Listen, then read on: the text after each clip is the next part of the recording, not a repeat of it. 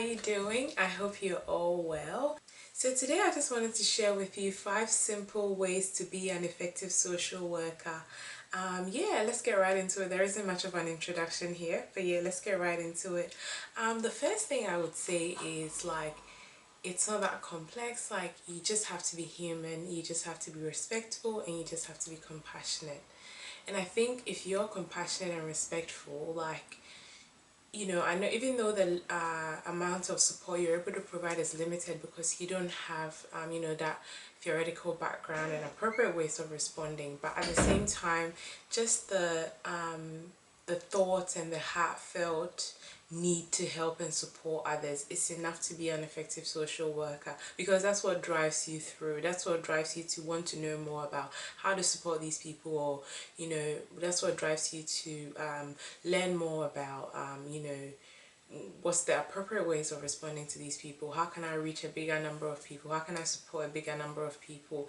So I think being just human, being compassionate, being respectful, that's the best, that's one of the most I guess important ways of being an effective social worker, and that's most of the time the underlying push factor for most social workers. We tend to have a bit of hope that things that are not going right can be changed around, or there's hope that we can support people to be better and things like that. So yeah, that's my first point.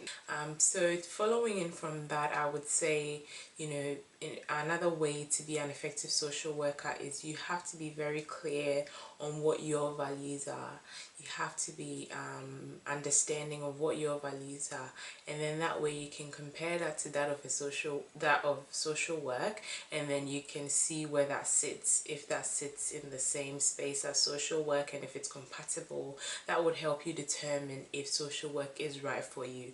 And I believe if you are clear on what your values are, you know what you stand for and what you don't stand for, and hence you become a better advocate. And advocacy is one of the biggest things in social work as well. So being clear on your values is very important in becoming an effective social worker. My next point I would say is you have to be in a working environment that is supportive of the work that you do. And this is really vital because, like, sometimes you can have this drive about you, and you can have this spirit that you want to support people and provide a service to them. But if you're working in a working environment that doesn't support the work that you do, you can tend to get burnt out quicker, and the effectiveness of the work that you do will be less as well. And when I say a work environment that's supportive of the work that you do, I mean a work environment that promotes, like, supervision, debriefing. It encourages a supportive environment, like co-worker environment. It encourages, like, professional development. It pays you the right amount of money to do the work that you do. It's competitive in that when it comes to that, compared to other organizations and how much they pay people. That's another important thing. It gives you, like, a manageable workload. They don't give you too many clients where you feel overwhelmed. And I think that's all these points that I've mentioned are examples of ways that a work environment can show that they're supportive to the work that you do.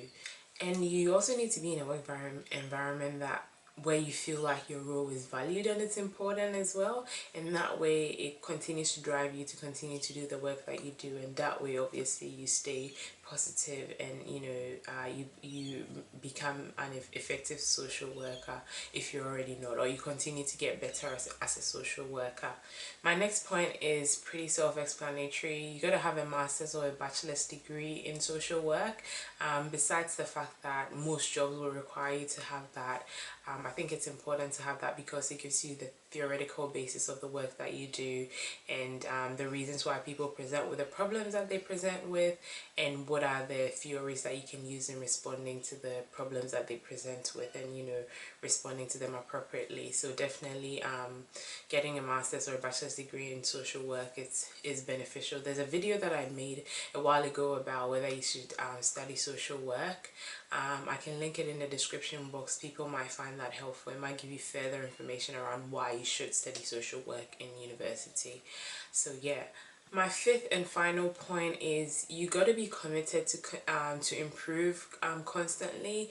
You know, things are changing. There's new theories emerging here and there.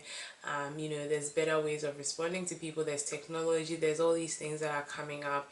You got to keep yourself up to date with all those stuff. You've got to keep improving. Like anything else, you know, you wouldn't get better if you just not if you don't do new trainings or read new books or, you know, research new things, you know. So in order to be an effective social worker, professional development is very important. You got to stay committed to wanting to improve all the time and taking opportunities to learn more and practice more as well. So yeah, that was my 5 tips. I hope you guys find this video beneficial. If you do, definitely give this video a thumbs up, subscribe if you haven't already, and I'll see you in my next video. Bye guys.